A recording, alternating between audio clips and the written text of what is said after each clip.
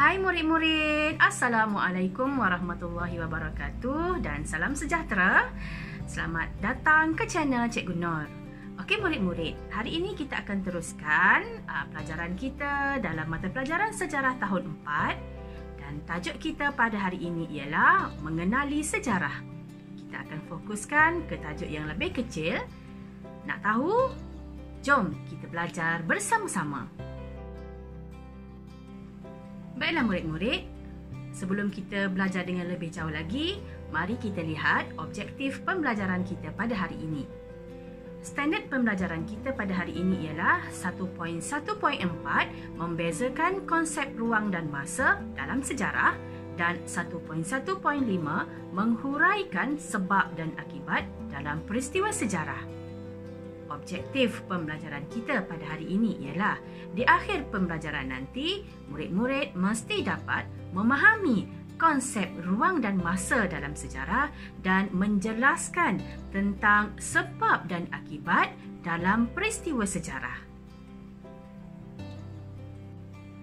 Sebelum ini, kita telah belajar tentang pengertian sejarah, sumber-sumber sejarah dan kaedah penyelidikan sejarah. Dan hari ini, kita akan belajar tentang ruang dan masa, sebab dan akibat dalam peristiwa sejarah. Baiklah murid-murid, ruang dan masa. Inilah topik yang akan kita belajar pada hari ini. Sebelum itu, cikgu ingin bertanya kepada murid-murid, apakah itu sejarah? Sejarah ialah peristiwa atau kejadian yang benar-benar berlaku pada masa lalu. Pengkaji atau sejarawan akan mengkaji untuk menentukan kesahihan sesuatu peristiwa berdasarkan bukti-bukti yang ditemui melalui beberapa kaedah penyelidikan sejarah. Baiklah, mari kita lihat konsep urutan masa dalam sejarah. Sejarawan menggunakan urutan masa untuk mengkaji peristiwa yang telah berlaku. Setiap peristiwa yang berlaku disusun mengikut urutan masa untuk membolehkan kita mudah faham tentang sesuatu peristiwa sejarah. Setiap peristiwa yang berlaku akan disusun dari mula ia berlaku hinggalah ke akhir peristiwa itu berlaku. Baiklah murid-murid, untuk lebih memahami konsep urutan masa, mari kita lihat contoh ini. Peristiwa kemerdekaan Tanah Melayu dan pembentukan Malaysia. Pada tahun 1956, rombongan menuntut kemerdekaan telah pergi ke London. Pada tahun 1957, Tanah Melayu mencapai kemerdekaan. Dan pada tahun 1963, telah berlaku pembentukan Malaysia. Jika murid-murid lihat di sini, urutan masa di sini ialah mengikut tahun, iaitu pada tahun 1956, kemudian pada tahun 1957 dan pada tahun 1963. Inilah yang dikatakan urutan masa. Urutan masa juga dikenali sebagai kronologi. Menurut Dewan Bahasa dan Pustaka, kronologi bermaksud susunan peristiwa kejadian menurut masa berlakunya peristiwa berkenaan.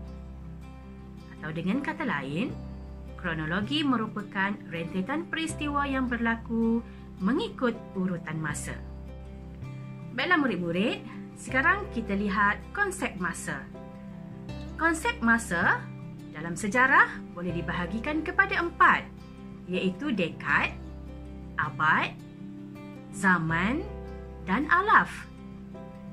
Zaman pula terbahagi kepada 2, iaitu zaman sebelum Masihi yang dikatakan wujud zaman sebelum kelahiran Nabi Isa, dan yang kedua zaman Masihi, iaitu zaman yang wujud selepas kelahiran Nabi Isa.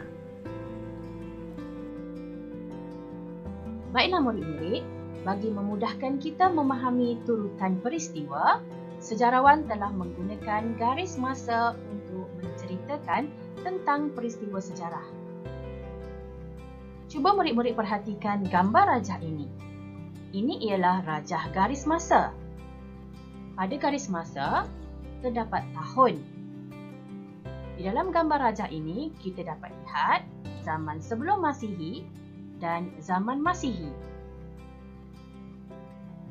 Di sini dapat kita lihat satu dekad merujuk kepada 10 tahun Masihi. Satu abad merujuk kepada 100 tahun Masihi. Dan satu alaf merujuk kepada 1000 tahun Masihi.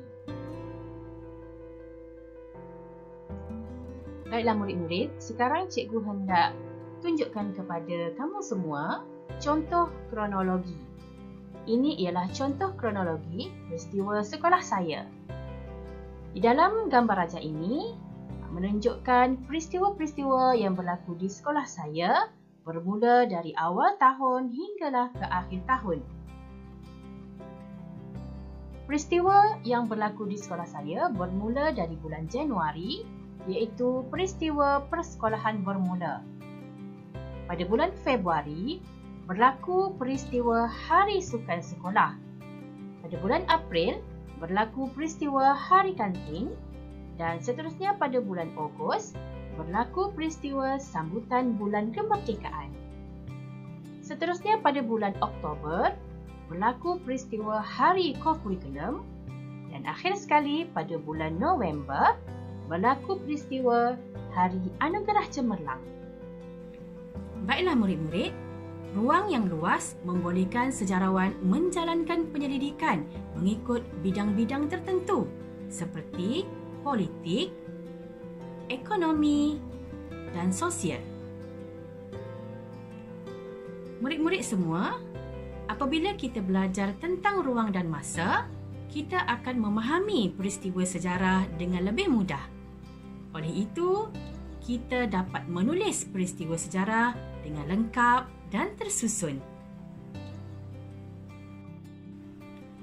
Sekarang kita akan teruskan pelajaran kita ke fokus yang kedua, iaitu sebab dan akibat dalam peristiwa sejarah.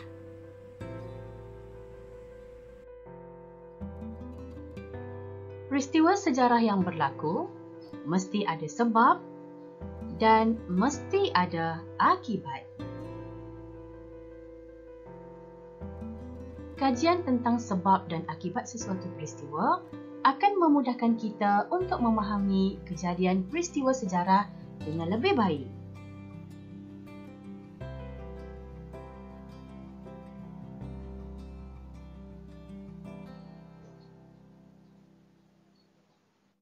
Baiklah murid-murid, seperti yang telah cikgu terangkan sebentar tadi, setiap peristiwa sejarah yang berlaku mempunyai sebab dan akibat. Mari kita lihat contoh ini. Peristiwa yang berlaku ialah Hari Anugerah Kecemerlangan Akademik Sekolah.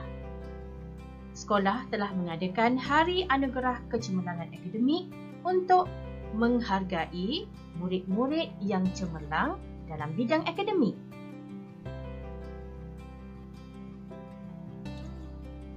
Dapat kita lihat di sini bahawa Hari Anugerah Cemerlang Akademik dapat menaikkan semangat murid-murid untuk belajar dengan lebih tekun.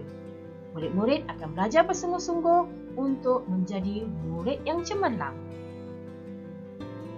Baiklah murid-murid, mari kita lihat contoh yang kedua untuk lebih memahami berkenaan dengan sebab dan akibat. Contoh yang kedua ini adalah berkenaan dengan kemerdekaan Persekutuan Tanah Melayu. Ini merupakan satu peristiwa. Kenapa peristiwa ini berlaku? Mesti ada sebabnya. Sebabnya ialah Tanah Melayu pada waktu itu telah dijajah oleh pihak British.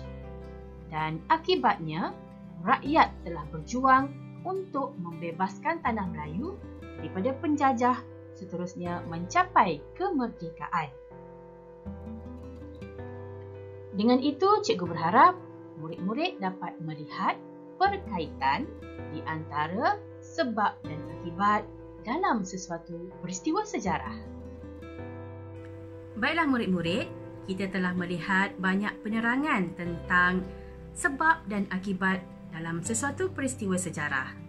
Sebab dan akibat dalam sesuatu peristiwa sejarah akan menimbulkan perasaan ingin tahu tentang mengapa, bagaimana dan kesan peristiwa sejarah yang telah berlaku itu. Murid-murid sekalian, sebenarnya untuk apa kita belajar sebab dan akibat dalam peristiwa sejarah ni? Kenapa? Kenapa kita perlu memahami sebab dan akibat sesuatu peristiwa sejarah? Murid-murid, kita belajar berkenaan dengan sebab dan akibat ini adalah apabila kita sudah memahami berkenaan sebab dan akibat sesuatu peristiwa, kita akan mengambil iktibar, mengambil pengajaran daripada sesuatu peristiwa yang telah berlaku. Sekiranya terdapat kesan buruk daripada peristiwa itu, maka kita akan meninggalkan perkara itu dan tidak akan mengulanginya lagi. Dan kita boleh menambah baik sesuatu perkara untuk menghasilkan sesuatu yang lebih baik dan lebih baik. Itulah sebabnya kita perlu belajar dan memahami sebab dan akibat sesuatu peristiwa sejarah. Baiklah murid-murid, kita telah sampai ke penghujung pembelajaran kita pada hari ini dan cikgu hendak simpulkan bahawa pemahaman tentang peristiwa sejarah menjadi lebih jelas apabila kita mengkaji sebab dan akibat sesuatu peristiwa sejarah. Baiklah murid-murid, kita telah selesai belajar topik unit 1 mengenali sejarah dan cikgu berharap murid-murid dapat sesuatu yang berguna dengan topik yang telah kita belajar pada hari ini. Sekian, terima kasih. Assalamualaikum. Bye.